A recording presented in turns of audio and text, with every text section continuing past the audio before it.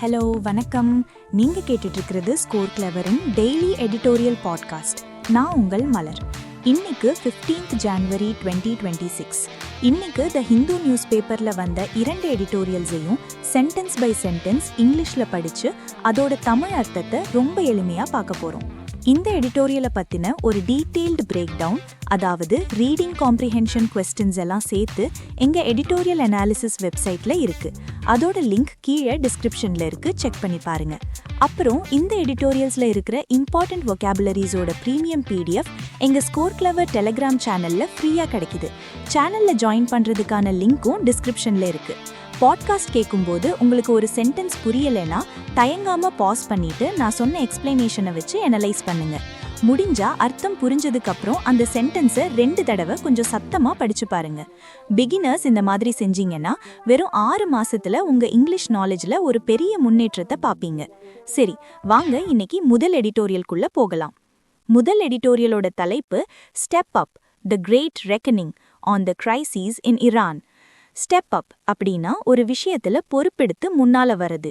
த great reckoning அப்படின்னா ஒரு பெரிய கணக்கு தீர்க்கும் நேரம். On the crisis in Iran, ஈரான்ல நடக்கிற நெருக்கடிகளை பத்தி. Subtitle: Iran needs more freedoms and quick reforms, not another war. ஈரானுக்கு தேவைப்படுறது அதிக சுதந்திரமும் வேகமான சீர்திருத்தங்களும் தான், இன்னொரு போர் கிடையாது. What began as a localized strike by shopkeepers in Tehran's Grand Bazaar on December 28, December 28 தெஹரானோட கிராண்ட் பஜார்ல கடைக்காரர்கள் நடத்தின ஒரு சின்ன உள்ளூர் வேலை நிறுத்தமா ஆரம்பிச்சது. Over the collapsing rial and soaring inflation, ரியாலோட மதிப்பு சரிஞ்சதுக்கும் விண்ணை முட்டும் பணவீக்கத்துக்கும் எதிரா has snowballed into the gravest challenge the Islamic Republic has faced since its founding in 1979. அது 1979 இஸ்லாமிய குடியரசு உருவானதுக்கு அப்புறம் அது சந்திக்கிற மிக மோசமான சவாலா உருவெடுத்திருக்கு. இங்க ஸ்னோபால்ட் அப்படின்னா ஒரு சின்ன பனி உருண்டை மலையிலிருந்து உருண்டு வரும்போது எப்படி பெருசா ஆகுமோ அதே மாதிரி ஒரு சின்ன விஷயம் போக போக ரொம்ப பெருசா ஆகிறது. கிரேவெஸ்ட் அப்படின்னா மிக மிக கடுமையான, a very serious challenge. The scale and the persistence of protests laid bare deep-seated public resentment towards the state. இந்த போராட்டங்களோட அளவும் அது விடாம நடக்கிற விதமும் அரசு மேல மக்களுக்கு இருந்த ஆழமா வேரூன்றிய கோபத்தை வெளிச்சம் போட்டு காத்துச்சு. டீப்-சீட்டட் ரிசென்ட்மெண்ட் அப்படின்னா ரொம்ப காலமா மனசுக்குள்ள ஆழமா பதிஞ்சு போன ஒரு வெறுப்பு அல்லது கோபம். Iran, long battered by stringent western sanctions, ரொம்ப காலமா கடுமையான மேற்கத்திய தடைகளால பாதிக்கப்பட்ட Iran is grappling with entrenched economic distress, ஆழமாக வேரூன்றிய பொருளாதார நெருக்கடியுடன் போராடி வருகிறது. ஸ்ட்ரிஞ்சன்ட் அப்படின்னா ரொம்ப ஸ்ட்ரிக்ட், கடுமையான. என்ட்ரென்ச்ட் அப்படின்னாலும் டீப் சீட்டட் மாதிரி தான், ரொம்ப ஆழமா பதிஞ்சு போன மாத்த முடியாத ஒரு நிலை. That worsened after Israel's bombing campaign in June 2025. இந்த நிலைமை ஜூன் 2025ல இஸ்ரேல் நடத்தின குண்டுவீச்சு தாக்குதலுக்கு பிறகு இன்னும் மோசமடைஞ்சது. In December, the government raised fuel prices and rolled back some food subsidies.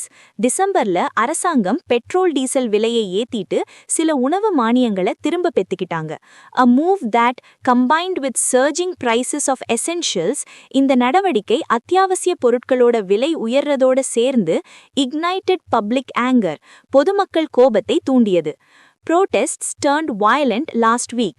போன வாரம் போராட்டங்கள் வன்முறையா மாறுச்சு, prompting a brutal state crackdown.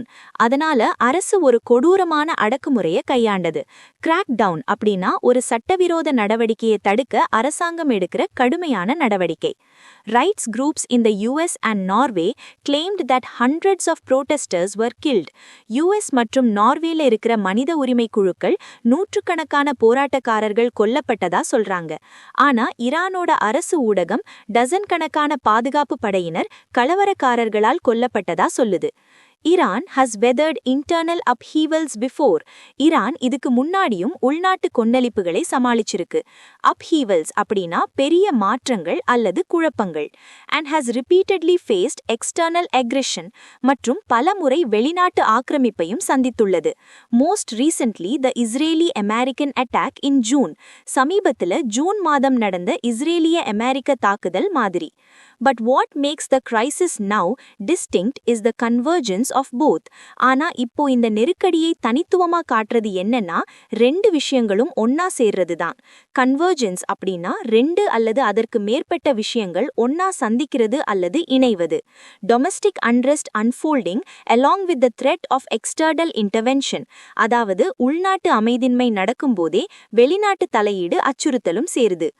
On January 13, US President Donald Trump, who had repeatedly threatened to make a military intervention, January 13 அன்னிக்கு பலமுறை ராயவ தலையீடு செய்வேன்னு மிரட்டல் விடுத்த US President Donald Trump urged the protesters to take over Iran's institutions. போராட்டக்காரர்கள் கிட்ட ஈரானோட அரசு நிறுவனங்களை கைப்பற்றுமாறு சொன்னாரு. And said, help is on its way. மேலும் உதவி வந்துகிட்டு இருக்கு அப்படின்னும் சொன்னாரு. Iran's political and economic system is unsustainable. ஈரானோட அரசியல் மற்றும் பொருளாதார அமைப்பு முறை நீடிக்க முடியாத நிலையில இருக்கு. Unsustainable அப்படின்னா ரொம்ப காலத்துக்கு தொடர முடியாத ஒரு நிலை. Repeated protests have exposed structural weaknesses. தொடர்ச்சியான போராட்டங்கள் அதோட அமைப்பு ரீதியான பலவீனங்களை வெளிச்சம் போட்டிருக்கு. While the state has shown little capacity to address public grievances. அதே நேரத்துல பொதுமக்களோட குறைகளை தீர்க்க அரசாங்கத்துக்கிட்ட குறைவான திறனே இருக்கு. Grievances அப்படின்னா புகார்கள் அல்லது குறைகள். But the solution is not another bombing campaign. ஆனா இதுக்கு தீர்வு இன்னொரு குண்டுவீச்சு தாக்குதல் கிடையாது. While Iran's rulers are under pressure, ஈரானோட ஆட்சியாளர்கள் அழுத்தத்துல இருந்தாலும் it is wrong to assume that they are internally isolated. அவங்க நாட்டுக்குள்ளேயே தனிமைப்படுத்தப்பட்டிருக்காங்கன்னு நினைக்கிறது தப்பு. About 30 million people, roughly 50% of the electorate, voted in the 2024 presidential elections. சுமார் 30 மில்லியன் மக்கள், அதாவது வாக்காளர்களில் சுமார் 50% 2024 ஜனாதிபதி தேர்தல்ல வாக்களிச்சாங்க. On January 13, thousands of Iranians took to the streets in pro-government rallies. January 13 அன்னிக்கு ஆயிரக்கணக்கான Iranians அரசாங்கத்துக்கு ஆதரவான பேரணிகளில் கலந்துக்கிட்டாங்க. Despite the Israeli bombings, sustained protests and Mr. Trump's threats, இஸ்ரேலோட குண்டுவீச்சுகள், தொடர்ச்சியான போராட்டங்கள் மற்றும் மிஸ்டர் ட்ரம்போட மிரட்டல்கள் இருந்தபோதிலும் there are no visible cracks in the loyalty of the security apparatus. பாதுகாப்பு படையோட விசுவாசத்துல எந்த பிளவுகளும் தெரியல. apparatus இங்க security apparatusனு சொல்றது பாதுகாப்பு சம்பந்தப்பட்ட முழு அமைப்பையும் குறிக்குது. அதாவது போலீஸ், ராணுவம் எல்லாம். An American attack aimed at forced regime change would risk plunging the region into deeper chaos. கட்டாய ஆட்சி மாற்றத்தை நோக்கமாக கொண்ட ஒரு அமெரிக்க தாக்குதல் இந்த பிராந்தியத்தை இன்னும் ஆழமான குழப்பத்தில் தள்ளும் அபாயத்தை உருவாக்கும். Or throwing Iran into prolonged cycles of violence. அல்லது ஈரானை நீண்ட கால வன்முறை சுழற்சிக்குள் தள்ளிவிடும். Instead of liberation from the tyranny of theocracy, மதகுருக்களின் கொடுங்கோல் ஆட்சிக்கு பதிலாக a war would bring more suffering to the people. ஒரு போர் மக்களுக்கு மேலும் துன்பத்தை தான் கொண்டு வரும். Anyone with even a cursory understanding of US invasions in Afghanistan, Iraq and Libya knows. Afghanistan, Iraq மற்றும் லிபியால நடந்த US படையெடுப்புகளை பத்தி மேலோட்டமா தெரிஞ்சவங்களுக்கு கூட தெரியும். கர்சரி அப்படின்னா ரொம்ப ஆழமா போகாம மேலோட்டமா பாக்குறது. That regime change wars do not resolve internal political crises. ஆட்சி மாற்றத்திற்கான போர்கள் உள்நாட்டு அரசியல் நெருக்கடிகளை தீர்க்காதுன்னு. Yet the US appears prepared to repeat the discredited and dangerous path. ஆனாலும் US ஏற்கனவே மதிப்பிழந்த மற்றும் ஆபத்தான பாதையை மீண்டும் தேர்ந்தெடுக்க தயாராக இருக்கு. Discredited அப்படின்னா நம்பிக்கை தன்மையை இழந்த, மரியாதை போன. Those genuinely concerned about the well-being of Iran, ஈரானோட நலன்ல உண்மையிலே அக்கறை கொண்டவங்க should instead press for engagement with its rulers. அதற்கு பதிலா அதோட ஆட்சியாளர்களுடன் பேச்சுவார்த்தை நடத்த அழுத்தம் கொடுக்கணும். And encourage meaningful reform மற்றும் அர்த்தம் மிக்க சீர்திருத்தத்தை ஊக்குவிக்கணும். What Iran needs is quick, credible change to address its economic, political and social crisis. ஈரானுக்கு தேவைப்படுறது அதோட பொருளாதாரம், அரசியல் மற்றும் சமூக நெருக்கடி நெருக்கடிகளை சமாளிக்க வேகமான நம்பிக்கையான ஒரு மாற்றம். A task Tehran can undertake only with foreign assistance. இது தெஹரான் வெளிநாட்டு உதவியோட மட்டும்தான் செய்யக்கூடிய ஒரு பணி. Not with another imperial war. இன்னொரு ஏகாதிபத்திய போருடன் அல்ல. Imperial war அப்படின்னா ஒரு நாடு இன்னொரு நாட்டை ஆதிக்கம் செலுத்த நடத்தும் போர். இந்த எடிட்டோரியலோட டோன் analytical and critical. ஏன்னா ஆசிரியர் ஈரான்ல நடக்கிற பிரச்சனைகளை, அதாவது உள்நாட்டு போராட்டம், பொருளாதார சிக்கல், வெளிநாட்டு தலையீடு அப்படின்னு பல கோணங்கள்ல அனலைஸ் பண்றாரு. அதே நேரத்துல யுஎஸ் எடுக்க போற ராணுவ நடவடிக்கை ஒரு தவறான முடிவுன்னும் ரொம்ப கிரிட்டிக்கலா, அதாவது விமர்சன பார்வையோட சொல்றாரு. அதனால இது analytical and critical tone. Guys, ஒரு சின்ன பிரேக். உங்களுக்கு இங்கிலீஷ் vocabularies, idioms and phrasesலாம் சுலபமா ஞாபகம் வச்சுக்க கஷ்டமா இருக்கா? கவலையே வேணாம். உடனே கூகுள் பிளே ஸ்டோர்ல இருந்து ஸ்கோர் கிளவர் ஆப்பை டவுன்லோட் பண்ணுங்க. எங்க ஆப்ல இருக்கிற ஒரு யூனிக் லேர்னிங் டெக்னிக் மூலமா நீங்க ஒரு தடவை படிச்சாலே போதும், வாழ்க்கையில மறக்கவே மாட்டீங்க. இந்த புது பாட்காஸ்ட் முயற்சி பத்தி உங்க ஃபீட்பேக்கை மறக்காம கமெண்ட் பண்ணுங்க. இந்த மாதிரி ஒரு பாட்காஸ்ட் உருவாக்க நாங்க நிறைய எஃபர்ட் போடுறோம். ஸோ ப்ளீஸ் எங்களுக்காக ஒரு லைக், ஷேர் பண்ணிட்டு மறக்காம சப்ஸ்கிரைப் பண்ணிடுங்க. உங்க சப்போர்ட் ரொம்ப முக்கியம். சரி, வாங்க இப்போ 2வது எடிட்டோரியலுக்கு போகலாம். தலைப்பு: moving on India's consumer price index and new base year. அதாவது அடுத்த கட்டத்துக்கு போறது. எதை பத்தினா, இந்தியாவோட நுகர்வோர் விலை குறியீடு மற்றும் ஒரு புதிய அடிப்படை ஆண்ட பத்தி. Subtitle: India is getting rid of an outdated data set for measuring inflation. பணவீக்கத்தை அளவிடுவதற்கு இந்தியா ஒரு காலாவதியான தரவு தொகுப்பிலிருந்து விடுபடுகிறது. The retail inflation figure for December 2025 is the final installment of the current series of the Consumer Price Index. December 2025க்கான சில்லறை பணவீக்கத்தின் புள்ளி விவரம்தான் consumer price இண்டெக்ஸோட தற்போதைய தொடரோட கடைசி பதிப்பு. இன்ஸ்டால்மெண்ட் அப்படின்னா ஒரு தொடர்ல வர்ற ஒரு பகுதி. With a base year of 2012 before it is updated to a new base year and with new weightages. 2012 அடிப்படை ஆண்டா கொண்ட இந்த சீரீஸ் ஒரு புதிய அடிப்படை ஆண்டுக்கும் புதிய வெயிட்டேஜஸ்க்கும் மாத்தப்படுறதுக்கு முன்னாடி இதுதான் கடைசி. வெயிட்டேஜஸ் அப்படின்னா ஒரு கணக்கீட்டுல ஒவ்வொரு பொருளுக்கும் கொடுக்கப்படுற முக்கியத்துவத்தின் அளவு. The CPI data this year have been particularly useful. இந்த வருஷத்தோட CPI டேட்டா ரொம்பவே பயனுள்ளதா இருந்துச்சு. In highlighting the problems with relying on a data set that has not been updated in more than a decade. 10 வருஷத்துக்கும் மேல update செய்யப்படாத ஒரு data செட்டை நம்பி இருக்கிறதுல இருக்கிற பிரச்சனைகளை சுட்டி காட்டுறதுக்கு. The inflation figure for December 2025 stood at 1.33%.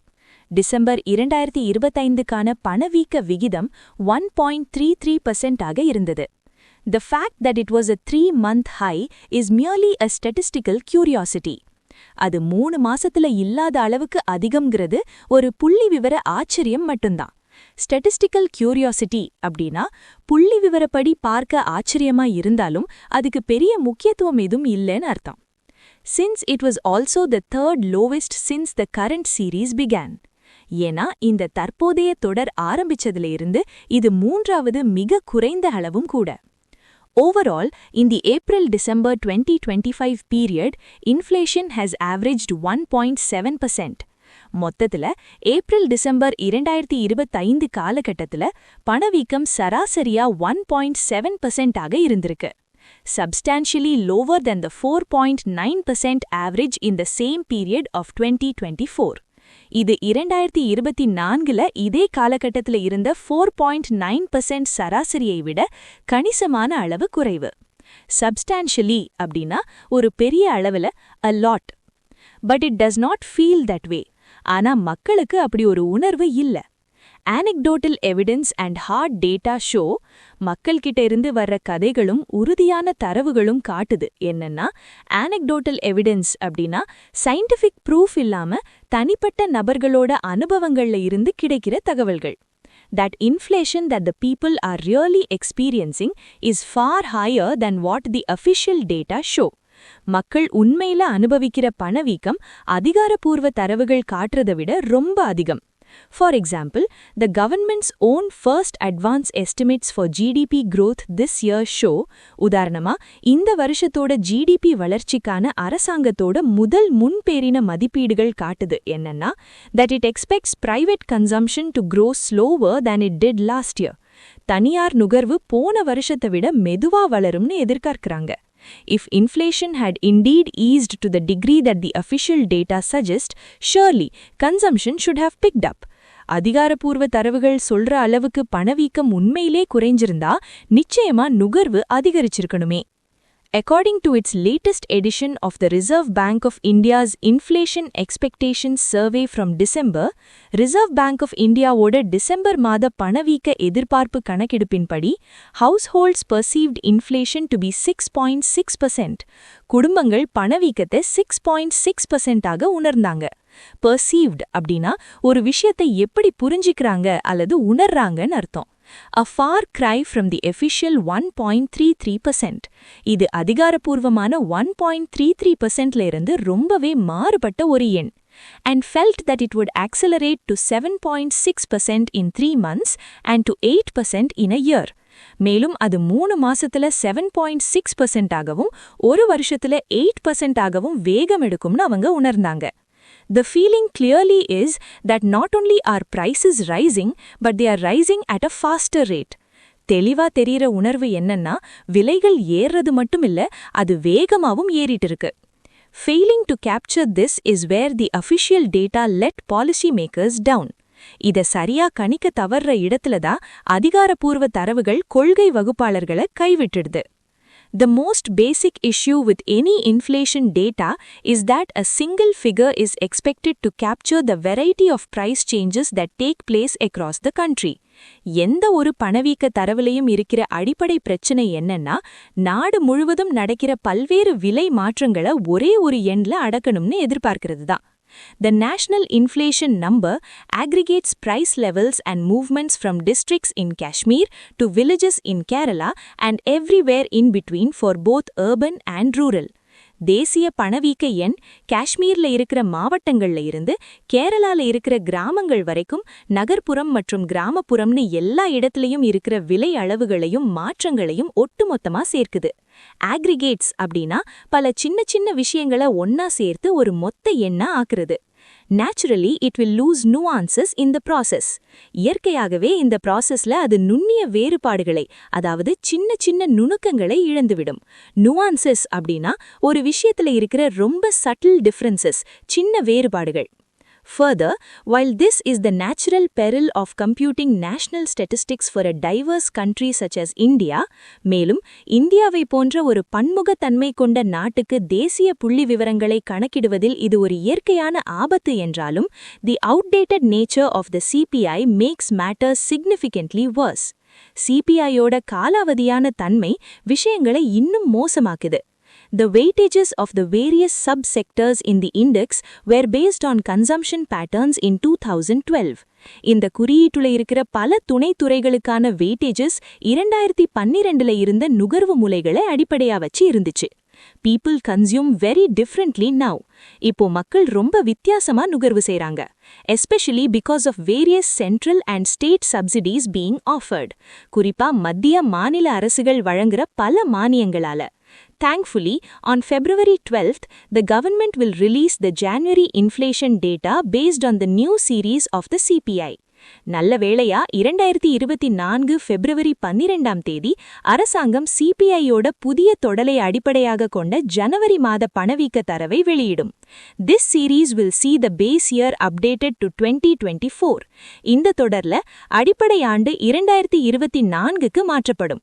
And this will incorporate new weights based on the Household Consumption Expenditure Survey 2023-24. மேலும் இது 2023-2024 வீட்டு நுகர்வு செலவு கணக்கெடுப்பின் அடிப்படையிலான புதிய வெயிட்டேஜஸை உள்ளடக்கியிருக்கும். It is an update sorely needed. இது ரொம்பவே தேவைப்பட்ட ஒரு அப்டேட். Sorely அப்படின்னா very much, desperately, ரொம்ப அதிகமா தேவைப்படுற. இந்த எடிட்டோரியலோட டோன் இன்ஃபர்மேட்டிவ் அண்ட் அனலிட்டிக்கல். ஏன்னா ஆசிரியர் பழைய சிபிஐ டேட்டா செட்ல என்னென்ன பிரச்சனைகள் இருக்கு, அது மக்களின் உண்மையான பணவீக்க உணர்வை பிரதிபலிக்கலன்னு நமக்கு தகவல் தராரு. இன்ஃபர்மேட்டிவ், அதோட ஏன் இந்த மாற்றம் தேவை, புது டேட்டா செட் எப்படி இருக்க போகுதுன்னு பகுப்பாய்வு செய்றாரு. அனலிட்டிக்கல், இதுல ஒரு பிரச்சனையும் அதற்கான தீர்வையும் விளக்குறதால இந்த டோன் ரொம்ப பொருத்தமா இருக்கு. அவ்வளவுதான் ஃப்ரெண்ட்ஸ் இன்னத்திக்கு. பாட்காஸ்ட் முடியறதுக்கு முன்னாடி ஒரு சூப்பர் எக்ஸைட்டிங் விஷயம். உங்க எடிட்டோரியல் வொக்காபுலரியை டெஸ்ட் பண்ண தயாரா? எங்க டெலிகிராம் சேனல்ல தினமும் சாயங்காலம் 7 மணிக்கு எடிட்டோரியல் வொக்காப் லீக் நடக்குது. இது எடிட்டோரியல் வொக்காபுலரிக்கான IPL. மாசம் லீக் நடக்கும். டாப் ஸ்கோரர்ஸ்க்கு ரிவார்ட்ஸ் உண்டு. நீங்களும் இந்த வொக்காப் லீக்ல ஜாயின் பண்ணி கலக்கணுமா? ஜாயினிங் லிங்க் கீழே டிஸ்கிரிப்ஷன்ல இருக்கு. உடனே ஜாயின் பண்ணுங்க. நாளைக்கு இதே மாதிரி 2 எடிட்டோரியல்ஸோட உங்களை சந்திக்கிறேன். அது வரைக்கும் this is Malar signing off from Score Clever. Keep learning, keep growing.